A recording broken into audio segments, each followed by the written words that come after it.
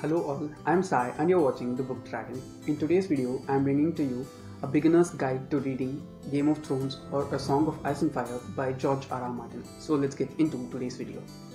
Of all the books that I have read in these past 2 years, in which I've dedicated a lot of my time to reading, I found it difficult to read these 5 books in the Song of Ice and Fire series because they are all huge and they all have a very heavy description and also a lot of content warning, if you ask me, because they might be tough to get through. And I'm here to suggest certain tips which might help you to read the series and feel less intimidated by it, because I don't want to make this video big and make it more intimidating to read. I'm going to just make it as short as possible so that I can provide some help for those people who are trying to read A Song of Ice and Fire.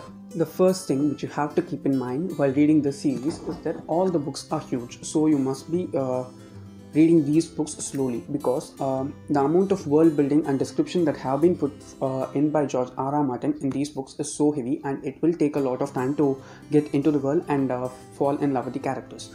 Though the plot is more character focused, the story has a lot of descriptions, so you have to read it slowly in order to get the gist of the story and the layout of the world, and to get used to his writing. So read it as slow as possible. If you read just one of these books per month, it is more than enough, because the shortest book in the series itself is nearly 800 pages long and it is the first book.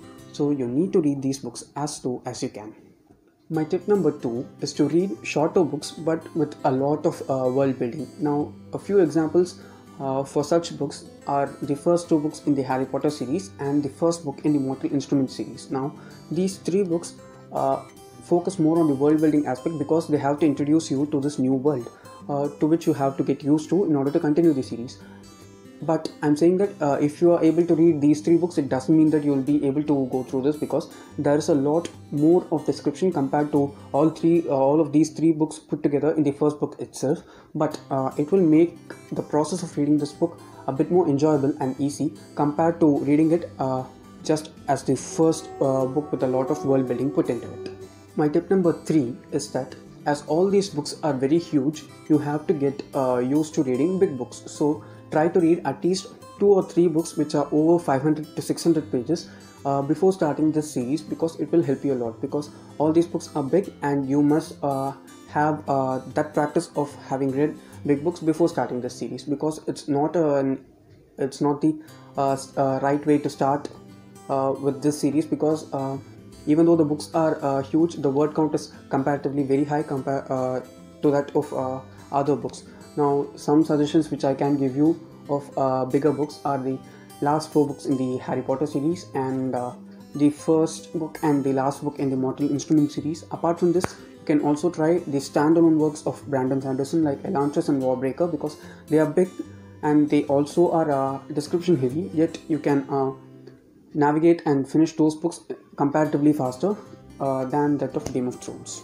My tip number 4 is that you must get used to reading more fantasy books before reading this one. If you're trying to get into fantasy and this is your first pick, I'd definitely not recommend it, because it is tough to read, and in order to get used to a genre, you must read easier works in it. According to me, you can start off the Harry Potter series, as I say always, because it's easy to read and it is more engaging compared to any other series, and it will make you want to pick this book even more. My tip number 5 is to keep your mind open to graphic content, because this is an adult as well as grimdark fantasy series, so there are going to be multiple scenes which involve graphic content like violence, rape, and many other things which are totally tough to get through, yet that is what makes this world so much real and so much vivid, according to me. Most people like those brutal content of the book or the series as a whole so much, because it reflects the past reality in our world properly in this series, and that is also an intention that has been put in by Martin in order to make the world feel more real. My tip number 6 is that while you're reading any of the Game of Thrones books, don't try and read any other heavy book on the side. If you're a person who does parallel reading like me, that is, you read more than one book at a time, then I'd suggest you to read something light, like a contemporary or a romance or some lighter fantasy compared to Game of Thrones, because this is going to be a tough time to get through, even though it is very much enjoyable. But you have to have something light on the side. If you're handling two heavy books at the same time, I'm sure that you'll not be enjoying this or the other book, because it's going to ruin the whole experience. So always try to read something lighter on the side while you're reading any of these books. My tip number 7 is to watch the show before getting into the books. This might not be appropriate to many people, because many people like to read the books first and then get into the adaptations, but I was a person who watched the show first and then got into the books.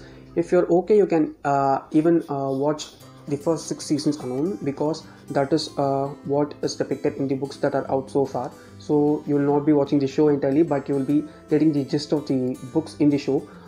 Even though the show is so good until the first 6 seasons, the books have a lot more compared to the show.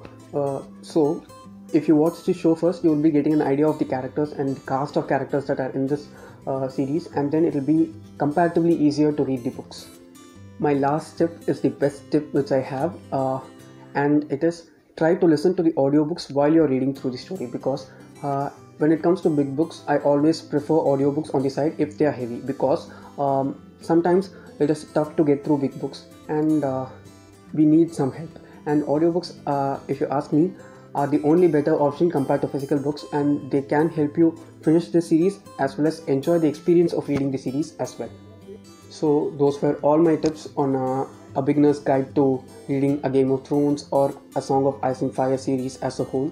If you found this video informative and enjoyable, don't forget to give it a thumbs up and also share it to your friends. If you want to get more content from me, do subscribe to the channel. Thanks for watching.